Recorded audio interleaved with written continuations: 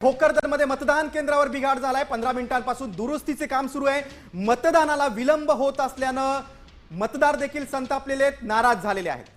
सकाळी सकाळीच आपण सर्वात आधी जावं, मतदान करावं अशी इच्छा असते मतदारांची, म्हणून सर्वात आधी ते मतदान केंद्रावर पोहोचतात। मात्र अशा पद्धतीने जर ईव्हीएम मध्ये बिघाड होत असेल तर त्यांचा खोळंबा होतो। अपडेट्स घेऊयात आमचे प्रतिनिधी अक्षय शिंदे यांच्याकडून।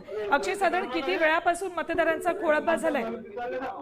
नक्कीच खरं तर 7:30 ला मतदान सुरू व्हायला हवं होतं, मात्र जालन्यातील भोकरदन नगरपालिकेतील मतदान केंद्र 8 वर ईव्हीएम मशीन मध्ये बिघाड झाल्यामुळे अद्यापही मतदानाला सुरुवात झालेली नाही। जवळपास 20 मिनिटं उलटून गेलेले आहे। नागरिक मतदान करण्यासाठी या ठिकाणी गर्दी करत आहेत, खोळंबलेले आहे। मात्र 20 मिनिटं होऊनही देखील अजूनही मतदानाला सुरुवात झालेली नाही।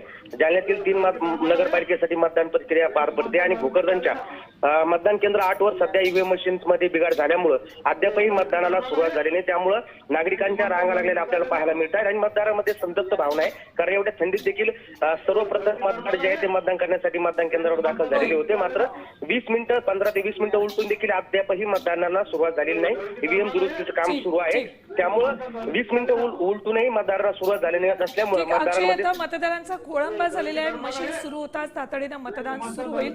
धन्यवाद संपूर्ण माहितीसाठी। तर जालन्यातल्या भोकरदन मधल्या मतदान केंद्रावर ईव्हीएम मध्ये बिघाड झालाय। जालन्यातल्या भोकरदन मधली दृश्य मतदान केंद्रावर रांग लागलेली आहे। कडाक्याच्या थंडीतही मतदार सकाळीच मतदानासाठी घराबाहेर पडले। मात्र सुवर्ण, असं मतदान केंद्रावर ईव्हीएम मध्ये बिघाड होणे असे प्रकार अनेक ठिकाणी घडतात आणि आपण बघतोय की जालना जिल्ह्यातल्या भोकरदन मध्ये देखील तोच प्रकार घडलेला आहे। मात्र मतदान प्रक्रिया खोळंबलेली आहे, त्यामुळे मात्र जे नागरिक आले होते मतदानासाठी त्यांनी नाराजी व्यक्त केली।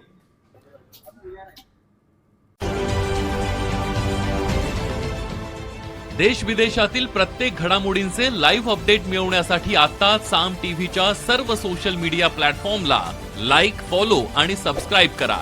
तसंच सर्व नोटिफिकेशनसाठी बेल आयकॉन प्रेस करायला विसरू नका।